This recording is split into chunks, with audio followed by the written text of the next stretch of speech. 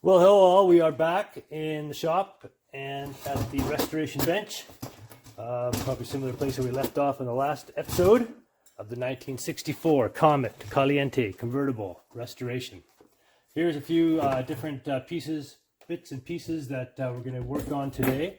And this includes everything from, let's see if you can see it way on this side here, rubber. These are hard-backed rubber pieces that have sealant on them, so you need to break that sealant off. There you go, it's going to come off. Then it's got to be cleaned up. Here's a whole bunch more sealant on this side, and that all has to come off, and then this needs to be renewed and softened up. So there's ways to do that. Same on this side, there's lots of sealant on the back of this piece. These are for the left and right windshield posts. They don't actually, they look more like window glass to me. Not sure if they were mislabeled, but we'll figure that out. And then these are just little bits and pieces of chrome. Here you are for the visor. I want to clean up the back first, transfer the tape to tell you what it is to the other side. Same with this. This is a piece for the left windshield straight up, and it's got surface rust front and back. So we'll clean up the back first, transfer that tape over so it's nice and clean, and then we'll work really hard on the front side, clean it up, and steel wool all this, and then we'll treat it with the metal prep. It used to be called Metal Ready. That's why I keep calling it Metal Ready, but it's called Metal Prep from POR 15, Core 15. So we'll work on those types of things.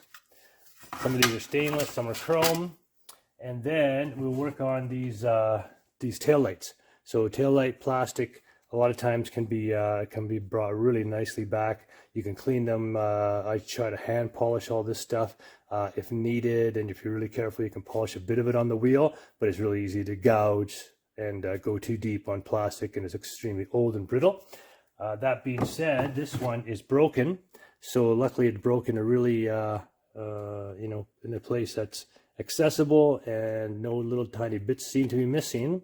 Although we'll have to look much more carefully at that. So we'll use some super glue on that and see if we can't get that to hold back in place, and glue that front and back, and hopefully we can save that piece.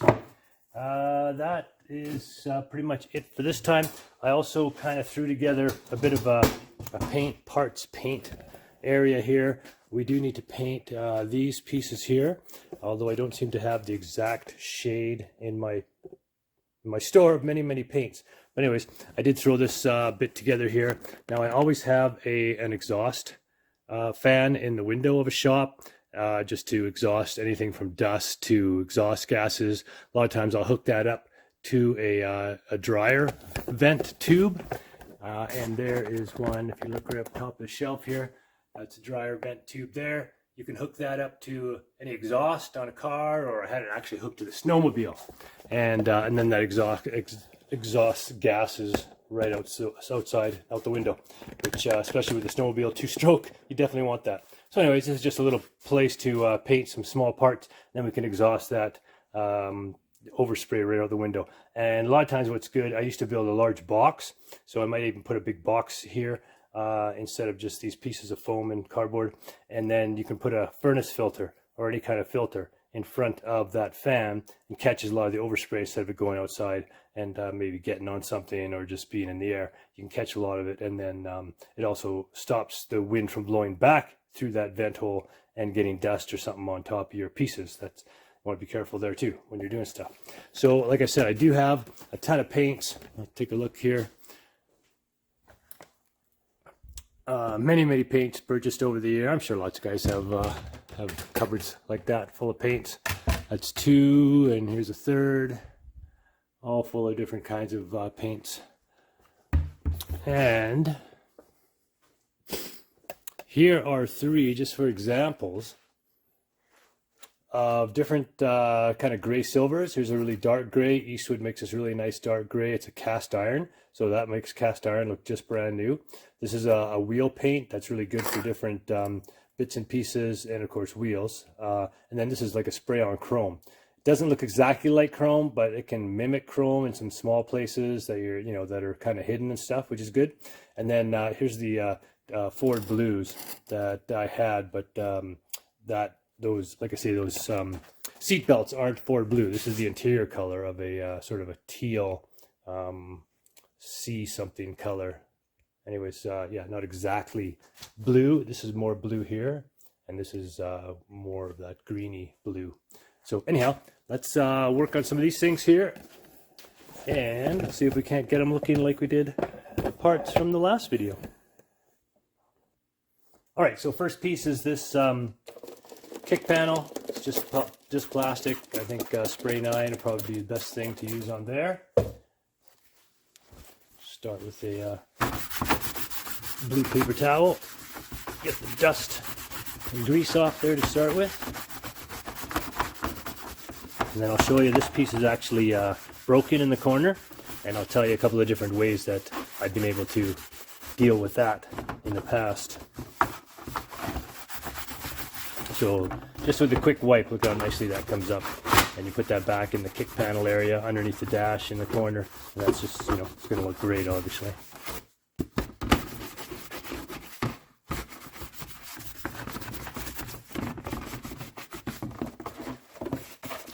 So here's what you want to make sure you do is the details. All these bits around the edges here. Because once you can see that in the car, and you know, a new car, all the edges are clean, all the little bits and pieces in the corners are clean. And if you can get all these parts really, really clean like that, that's what makes, you know, the difference between an old looking car and a nice shiny restoration. It's the cleanliness, it's renewed stuff, it's repainted things, all that kind of stuff. So there's just a quick degrease. Actually, before we do that, let's look again at paint types. I pulled a bunch more out of my cupboard here when I was looking for something to professionally clean that vinyl piece with, that plastic piece with. But here's a whole bunch of more types of just in the silver and gray scales. So here's a flat silver, again made for wheels, but good for a whole lot of different interior pieces, dash pieces, etc. This is a light argent metallic, and I bought this specifically to do that Dodge Challenger that I did. The grill on that was a kind of a pokey, sharp, crystally argent, it was called, metallic, and this one replicates the OEM textured silver look, and it did a good job. Here's a silver that I had specifically mixed up to touch up a car that was painted and needed a little touching up here and there after it was done. This one is a metal cast. A lot of these are Duplicolor paints. They're just one of the largest manufacturer, but Eastwood does a good job of making stuff too. And then of course Krylon is more of a plastic type paint. U-Pol is a mixed paint. These are mixed and put into these pressurized cans. Anyways, metal cast. This is a great sort of a dark metallic paint, and then this one is a flat dark metallic, and these are good for all kinds of different, you know, detailing pieces that you're doing. This one here I've used on a couple of times, both over other things and by itself, and this mirrors a frosted glass, so it's a clear that's kind of mottled, and it goes on, and yeah, has a really neat effect. So you got to try things, test them obviously on something, maybe on the back side of something or something similar to what you're using, to see what kind of final effect you'll get. And then they do have all kinds of really specific type of paints. Eastwood does a good job of this. This is a golden cad, and this is actually for old school brake boosters. Remember they used to have that kind of golden copper color? Anyways, this mimics that. And the real, if you're willing to go real far like I did on that Challenger, it's actually has 3 different colors in it, kind of a green and a gold and a silver, and you spray these all on concurrently, and it mirrors that cadmium kind of plating that those things had. But moving on to this plastic piece that we were just about to work on, I just cleaned it with the spray 9. And then if you're going to paint those types of things, or even if you're going to do a repair on it, you'll want to use this Sem soap, and this is a wax and grease remover. Use it with a scrub brush. Takes everything off, you know, so you can have a nice prep spot. And then this is just before you would paint one of those things. Sorry, this is the same type of thing as this, but it's just for plastic and leather prep just before painting. You do a final prep, and that removes any last bits of oil, wax, grease, and dirt. And then you would use this. This is sand free, it's called, and it softens up the plastic a tiny bit before you would paint anything. So if it's hard to sand, or it doesn't sand, or it's textured, so these kind of plastics, they're textured, and even if you scuffed it with a Scotch pad, they're either too hard to take a key, which is called when it take a sanding from sandpaper, so it won't key. And then these little tiny grooves and whatnot sometimes just won't. You can't reach into them, or they won't get keyed at all. So you use these sand-free products, and they just kind of soften up the plastic and make the paint bind to them. But what I'm looking at here is this crack right here, and it cracked, of course, because the screw hole here probably weakened it, and then when somebody pulled it out and it got bent over the years, it just cracked right along here. So a couple of ways that I've been able to fix these in the past. One, you could first try some glue. Glue is not likely going to work on this because it still needs to bend a bit, and it has to adhere, to some old weird plastics, which doesn't usually happen with newer glues. Or you can use a hot staple. Sometimes that'll work. They have these hot staple guns that you just kind of melt little staples in the back here. And then a lot of times though, you can still see a crack in the front though when you do that. So that's a bit of an issue. And then the third way is to melt certain kinds of plastics into this. You can get plastic welding heat guns, or you can just use a torch and use them. So this one here I would be very careful of, because you don't know what kind of plastic it is. There's ways to figure out what kind of plastic it is. You can scratch a bit off and then burn it, and if it smokes, it's one kind of plastic. If it's a white smoke, it's a different kind of plastic. So you can research that. I can't remember exactly online. I haven't done it for a while, but you just research that online and you can quickly find out what kind of plastic it is. Sometimes it'll say on the back, or you can look up the part number online, and then you can look it up. Maybe there's some information online as to what that plastic was. I don't see any. A lot of times they used to have these little marks in them, or they still do. How they have that round mark, and it would say what kind of plastic it is. But this one from an OEM manufacturer in the 60s did not have that. Probably some of the first times they were using plastics like this. So anyways, let's see what we can do with this crack here. And first we'll try the glue method. So. Alright, so for this process, what I would do first is grab a couple of tapes, and this is Gorilla Glue tape, super good, super strong, super sticky. So this time, I think we're going to try to use the glue first and see if we can't get that to work. And then I would grab a Scotch pad. These are, let's say, Scotch-Brite pads, brand new box here, that I use for Bodyworks. And we'll use that to help us get a key. And I'll keep using that word, a key, on the plastic, which means scratches, sand marks, so that things will stick to it rather than not putting it on. And then we're going to use the sand prep and the plastic leather prep to get these things sorted. So we're looking for our glue. There's the glue we're going to try first. Just the basic Gorilla Glue. This is a gel, and it'll stick on closely. So we're going to try that from the back side first. And if it happens to bond this up nicely, then we might just stick with that. And if it doesn't, we'll just take it off, and we'll try the next method. All right, so first things first, we're going to get this as clean as possible. And after that spray nine, that might have left a little residue. We don't know, or it might have a residue that the spray nine couldn't get off. This stuff should get pretty much everything off. It's a solvent, and it prepares plastics for painting. And if it prepares them for painting, then it'll prepare it for glue as well. So we're just going to spray that on that spot there. We'll do both sides. See, look at that. There's dirt there. And I'll try to get inside the crack there. This one I can get from this side like that. Clean up that edge where we're going to put the glue on it. Then we'll do the other side.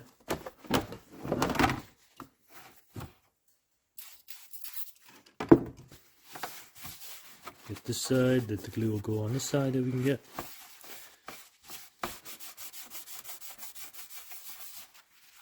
See, that's quite a bit of dirt on there.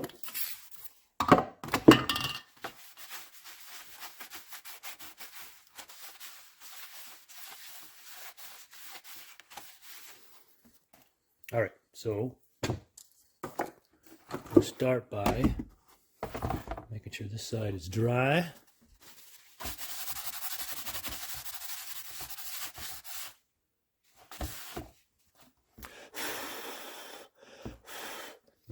Put a piece of this tape on there. Don't get any fingerprints or anything on the part that you're gonna be painting. Gluing together. And so push it right together Get the paint, get the tape right across there. And this might be something that if the glue works but leaves a bit of a gap, then we're going to have to try to fill that. Okay, so got that fairly closed up. You can see though that the plastic has shrunk back. No matter how much I push it, there's still a tiny gap there. But try to get that as close as possible.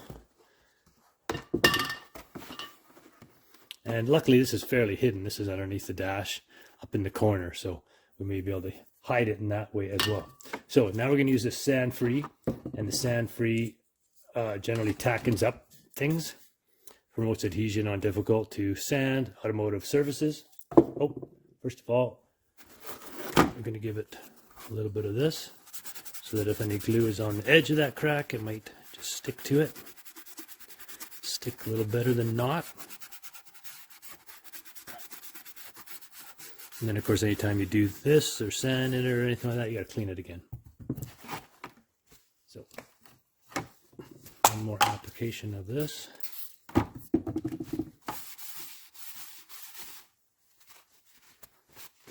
it over so it's clean. And we've got our squeezed together as well as possible. Make sure it's the same level on that tape. Might put something heavy right here to hold it down. See how it wants to pop up? And then I can see that it's not exactly flush there.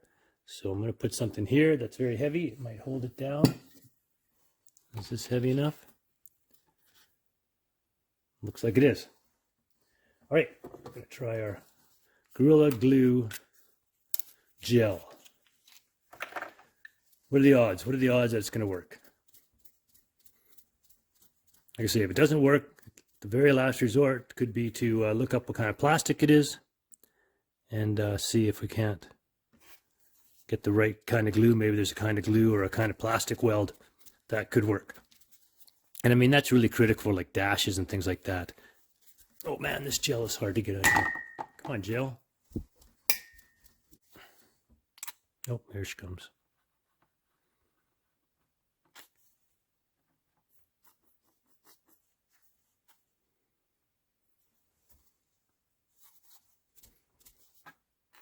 Somebody seems to use up a lot of my gel.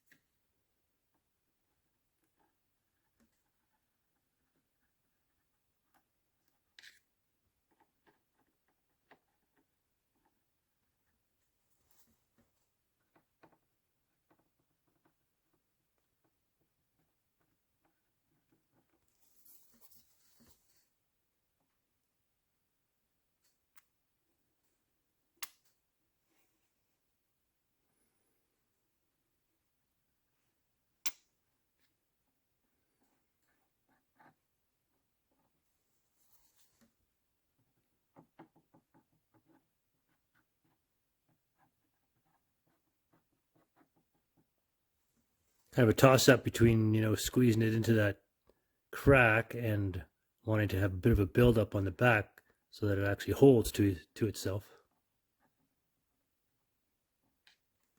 All you can do is try these methods and see if they work. All right, that seems to have filled a bit of a crack on the top side, and hopefully it seeps in to that crack on the back and hardens up well enough that we can utilize that.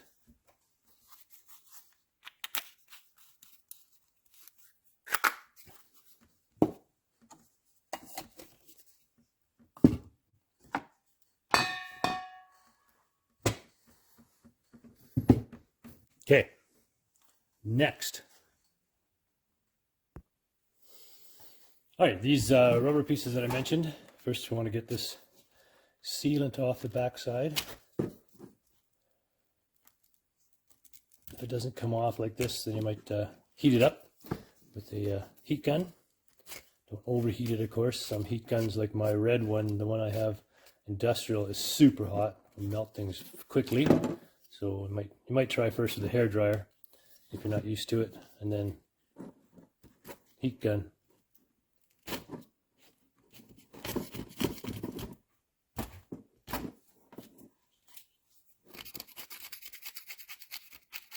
Here's some old paint, old overspray. Get all that stuff off.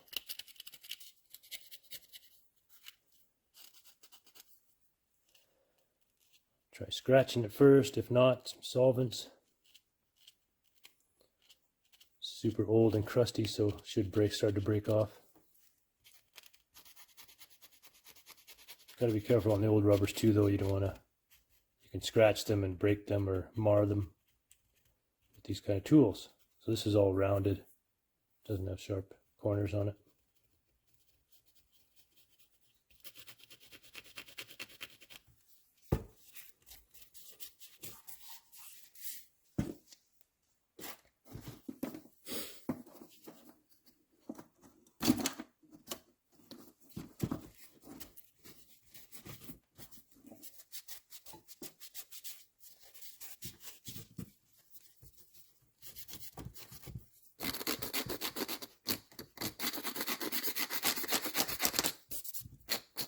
Some of this is just dirt too. You just want to scrape that dirt off.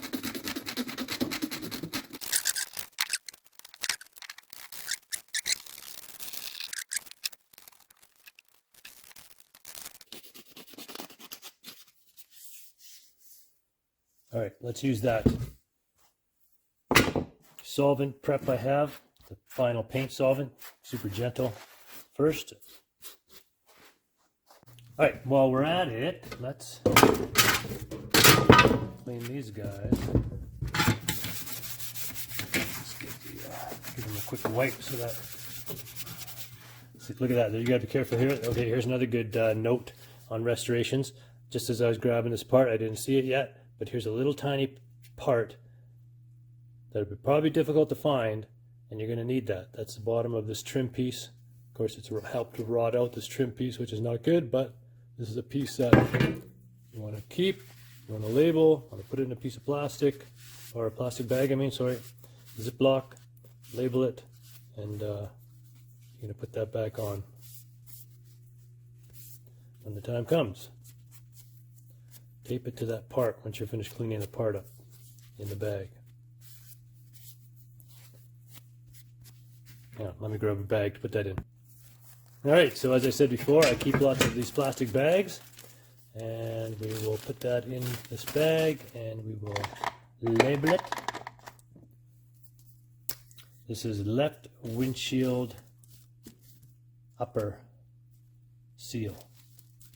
Left windshield molding lower seal. That's for the lower molding to dash seal.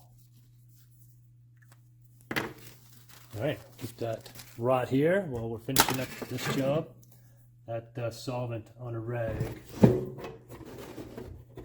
for this part seems to be just smearing a bunch of dirt on it, so get a real clean part of this. Try it once more.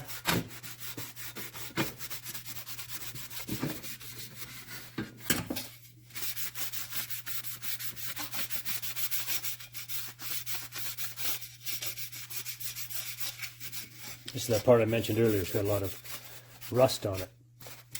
Will we be able to save it, or does this really need to go out for chroming? This one I'm pretty sure needs to go for chroming. That's pretty deep. So either you got to try to find a new piece like this, or leave these pieces off until you send them for chroming altogether, and that's expensive. And in our city here, there is no more chroming places. You have to send them to Edmonton, which is the next province over. It would be like a state to you Americans. But I mean, that happens down there too. Probably no chroming happening in California either right now. Speaking of which, I would imagine any chroming that's happening is happening in probably Mexico. Yeah. You guys let me know whether you have to send your parts to Mexico to get chromed, or do they do it maybe in Nevada or somewhere like that. It looks good already though. Look at it, nice and shiny. Just cleaned up, it looks better.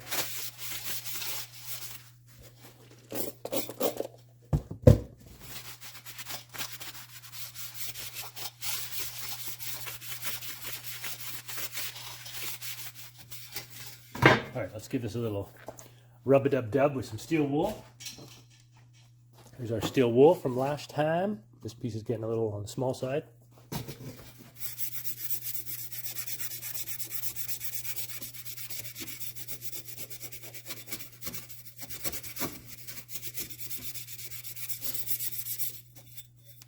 This is just the back side, so you do a lot of your testing and you see how it's going to look, see how it's going to perform on the back side of things.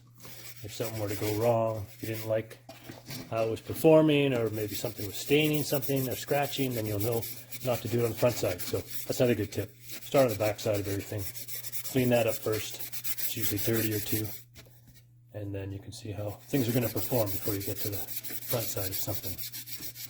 You never know, maybe the steel wool you're using isn't the finest. You're using something too coarse, and if you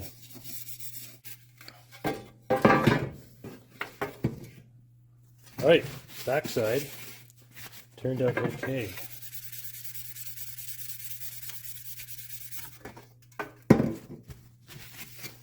Let's transfer this label.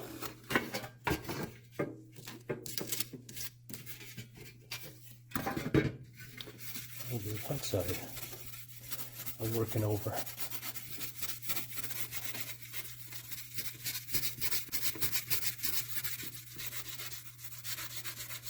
And I guess you have to decide too, you know, once you get this all polished up, and you can still see a little bit of surface rust, you know, here it's pretty bad.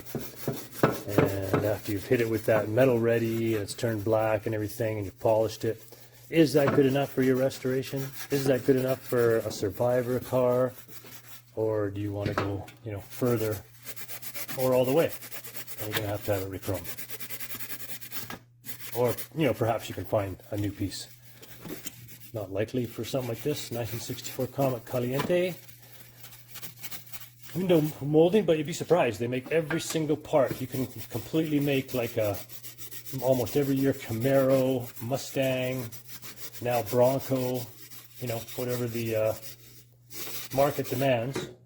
Like year one, you can walk into their facility and buy everything from the body, the engine, to every nut, bolt, and switch and screw, and make yourself a brand new Camaro or Mustang.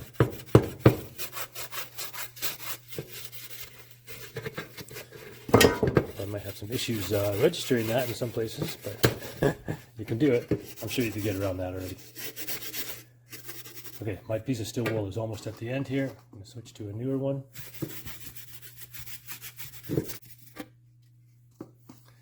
Yikes.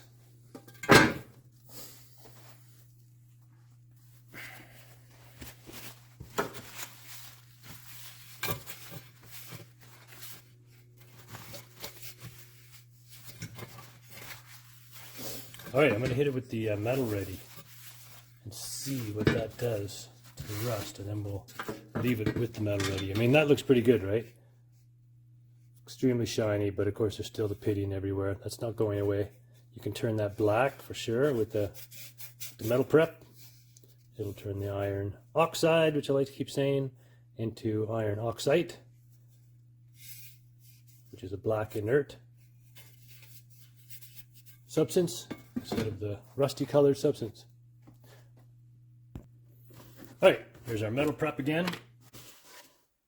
Anyways, it's got to be soaked. It probably could be sprayed or left in a bath. So you could either wipe it on multiple times like this or leave it in a bath until it does its thing. When I'm restoring metal on a car, any bit of rust that I take off, you know, I spray the panels afterwards, in and out, with this stuff, and I leave it soak overnight. And I probably spray a lot of it, you know, 2 or 3 times and leave it soak, so that any rust that I've missed, that's still in the panel, that's underneath something, all gets converted. And I have, you know, I've had cars, I've seen cars 10, 15 years after I've restored them, rust buckets that haven't bubbled back.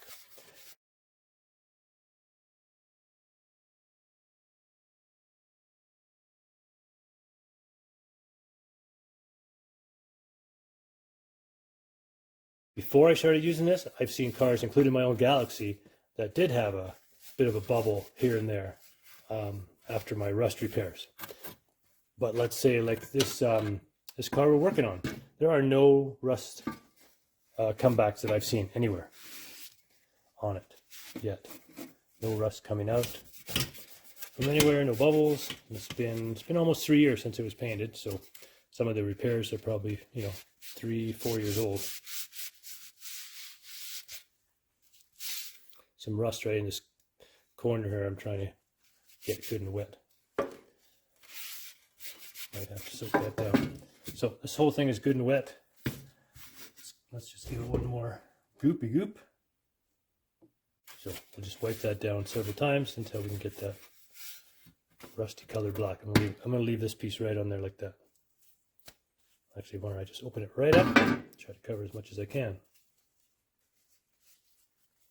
Like that.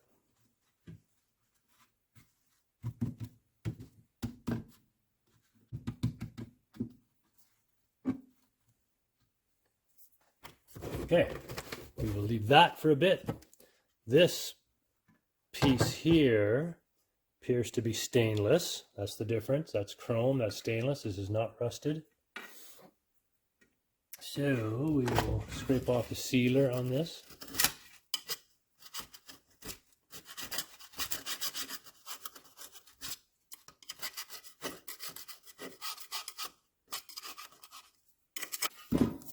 Again, don't do something like that. Don't use the metal piece on the top side. You don't want to scratch. You don't want to scratch the top side stainless, or you'll have to work really hard to get it out. You can get it out, but you have to work really hard to. So use plastic. Here we are. There's the plastic scraper that we were using last time. This is a caulking scraper. Alrighty. Back to the steel wool.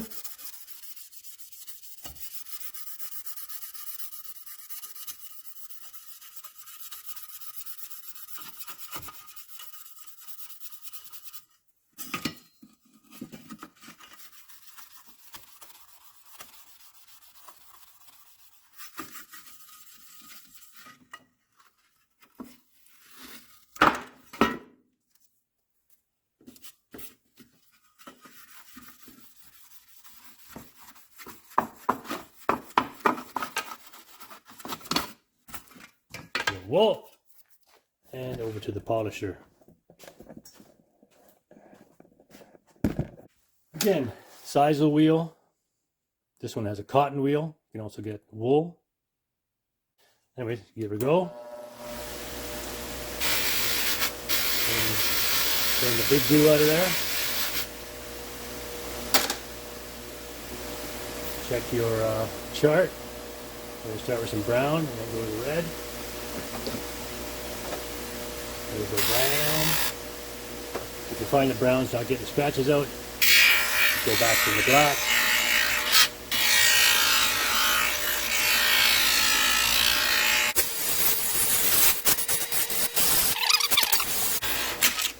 Oops.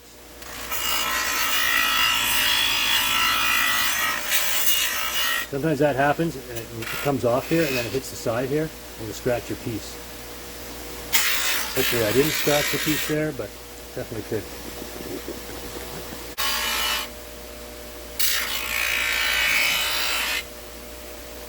Take a look at it. There's some scratches up here. Make sure I get those out.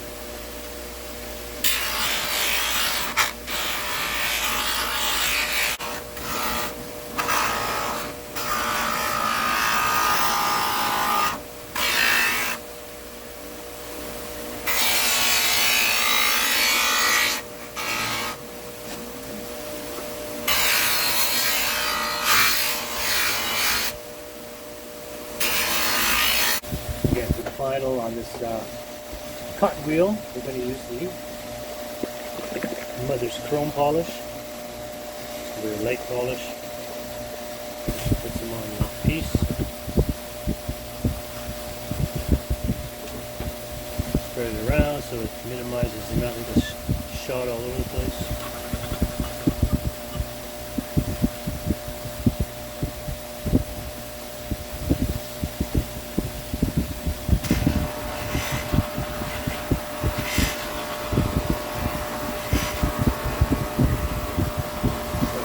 smells good.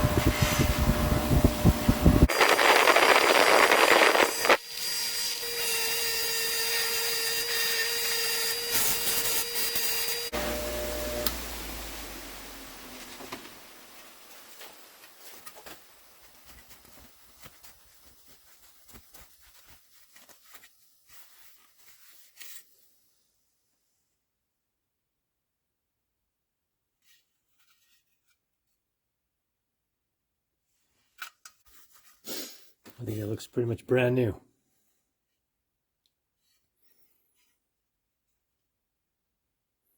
Too bad everything wasn't stainless steel, because then there wouldn't be rust. Wouldn't have to get things replated.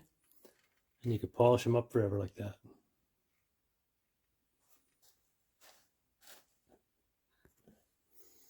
All right, let's do a little bit of a reveal here and see if that little prep has had any influence as of yet. Like you can tell, it's starting to turn it black. See, it's black instead of red. I can get it under the light. Some of those rust pittings, oops, not even looking at the right spot. Some of those rust pittings are turning to black. Some of them are still red, but overnight that will turn to black. So what we're going to do, trying to save this piece, that on there, and then we'll get another piece. We'll leave that wet part on there, and then we'll soak another piece down for this side. All right, I'm back, and I've got the metal prep in a spray can. It's pink, so you know it works. Soak it down. Make sure it's nice and soaked overnight. Let's not leave it on the nice shiny piece I just did.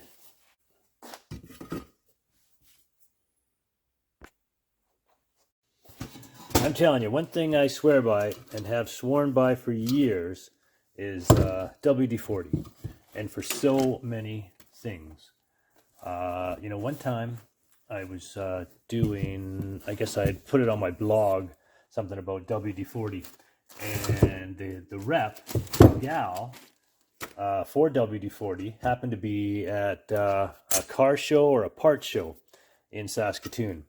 And she somehow found my stuff online and looked it up and called me out of the blue. So she calls and she comes by with all the leftover stuff from the show, which was, I don't know, 20 or 30 cans of WD-40 and a couple of the giant, you know, bulk cans. I mean, I was in heaven, right? I hadn't, you know, gotten ever sponsored by much, if at all. And she dropped off all this stuff, and she was very nice as well. And we got chatting, and she said, well, you know, if you just want to use it or, you know, post about it or something, how you use it, that'd be great. And I said, well, sure. And I certainly wasn't a stranger to WD-40 before. And so here's like just a total example. Here's these tail light pieces. They're pot metal. And they're pot metal, you can tell they don't rust the same. They kind of, they get a little pimples on them when they deteriorate, and they don't really rust into the red oxide. And here at the back, you can see they're a little bit shiny, but they're not chromed. And anyway, she put this WD-40 and hit it with the steel wool, and the steel wool, you know, will knock off the dirt and any you know, surface corrosion. If it was chrome, it would take it off the rust, and if it wasn't, it would take it off, take off, you know, just the dirt and anything stuck to it. And of course, WD-40 takes off any glue. Super good at taking off glued things, releasing glued things. Also really good at rejuvenating and releasing rubbers. So these rubbers here, they're stiff. These seals that are right on the edge here, they're super stiff and they're stuck in the back. So I just sprayed them now with the WD-40, as you saw. Give them another little bit here. And it may release them. If it doesn't, it'll certainly soften them up. I think a lot of people know what this means by now. Water displacement, number 40. They tried 40 different formulations apparently, and the number 40 was exactly what they wanted it. And you know, it lubricated, it stayed around, it it displaced water, which was key. So that was the real big thing, drives out moisture. And then, you know, if you go on the online, if you go on WD-40s, and I'm not sponsored to say any of this, that's for sure. They gave me that free stuff, but they never sponsored or paid me for anything. So if you go on their website, you know, you'll find 1,000 different uses for WD-40. And you see how I just sprayed it everywhere here? I mean, you just wipe that off, and basically all it does is clean things and protects them. So it doesn't matter, you know, you wouldn't want to get it on paper or right on a photograph or something, of course, but on this glass bit here, this plastic for this photo, really just bit of it acts as a cleaner if nothing else. It leaves it a little greasy, of course, because it is fish oil, but nonetheless, back to what I was talking about with these pieces here.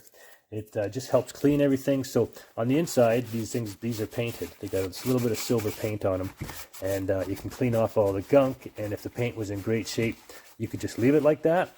And if it wasn't, then it doesn't take much to get this grease off here. So then I could just use my, you know, pre-paint solvent, whatever pre-paint solvent, to clean that stuff off, to clean the WD-40 off, and paint the bits here that I want painted. So I might do that inside here. This is a very light gray, and there's a tiny bit missing right there. So I think I will give these a bit of a scuff, clean it up, and paint the insides. But for now, just to try to release these lenses and give it a bit more of a clean, I just squirted the whole thing with WD-40. Now, you certainly wouldn't do something like that to something that you were just going to paint. Obviously, you got to keep grease and stuff away. And really, if you're in a painting area, you shouldn't have your waxes and greases anywhere nearby anyways. So I'm kind of talking out two sides of my hat here, I guess, in saying, I'm talking about paint and WD-40 in the same breath, but what I'm saying here is that it cleans things off. It is really good for these seals. I might release those, and then I could get in there better with Scotch-Brite and scratch that up for paint. And it just cleans a lot of stuff off. You know, it's going to like renew a lot of this old plastic rubber stuff here. Like, it's way better with some WD-40 on it than not. And if there was any moisture in there, it would get that stuff off. So look how nice it's how it already is cleaning these old wires here. And I'm sure after I leave it for a bit, it will only help them. And another note, remember, look how nicely labeled everything is. When I go back in to put these together, everything's labeled 1, 2, 3, 4. Same on the other sides. I'll know what wires go after 4 or 5 years of having this apart. So let's give the rest of this. There's some crusty, rusty on this back seal here, so I didn't want to take it off yet. It would probably just tear. So that's why the WD-40 there hopefully will help. I'm just going to wipe off the excess here and leave it sit for a while. I'm going to come back. And if you recall, I already gave these a good steel wool a while back. Actually, look at this one's already falling off. It was kind of stuck on there. WD-40 already has it somewhat released. Get a little pry here.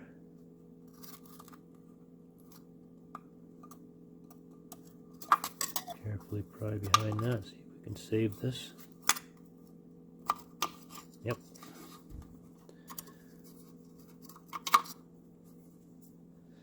That, most of it's fallen off already.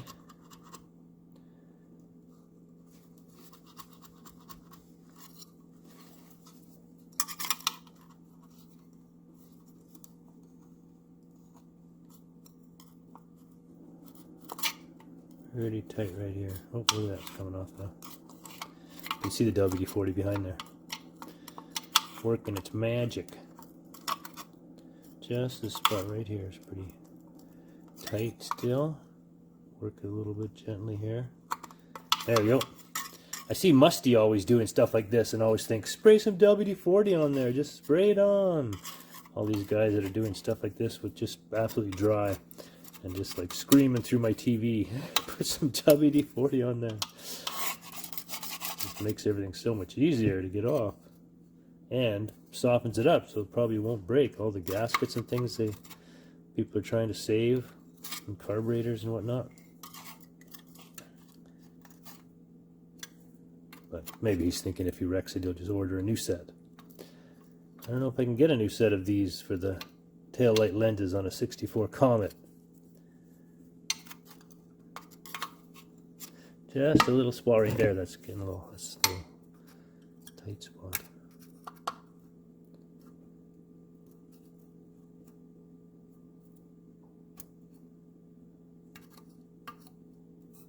Come on.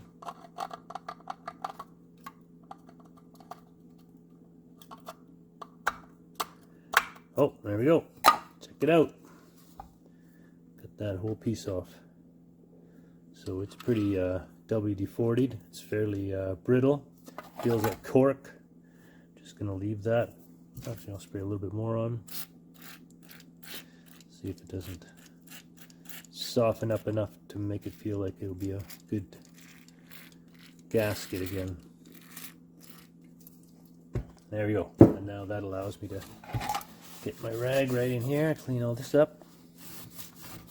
And W40 lets the dirt come right off too.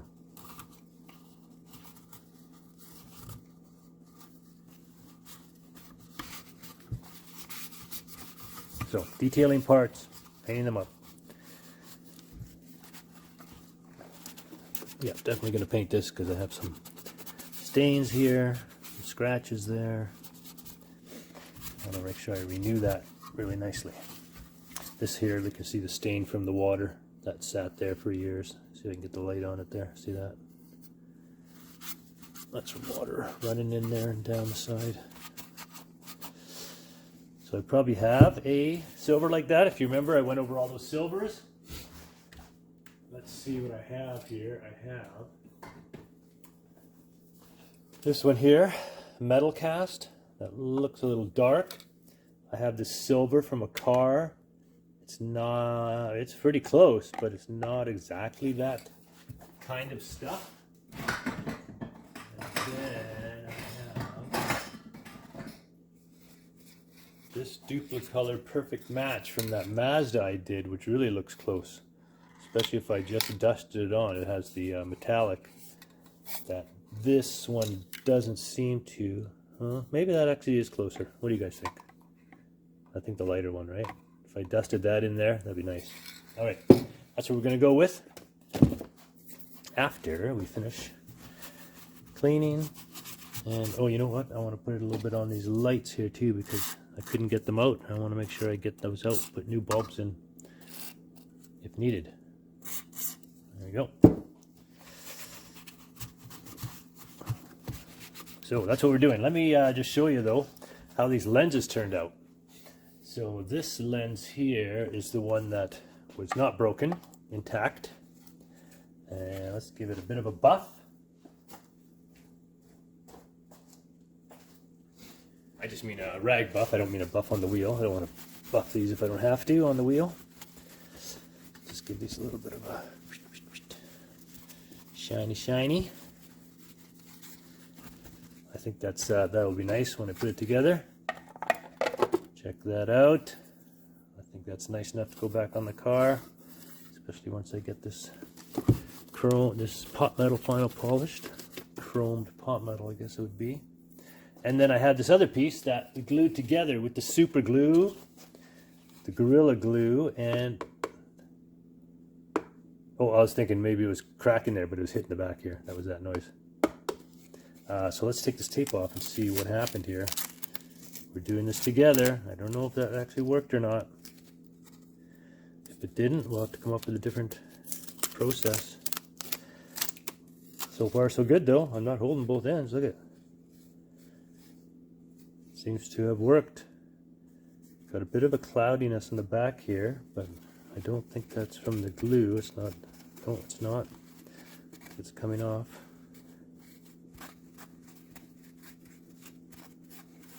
That. Look at that there, boys. Okay. So that one goes here.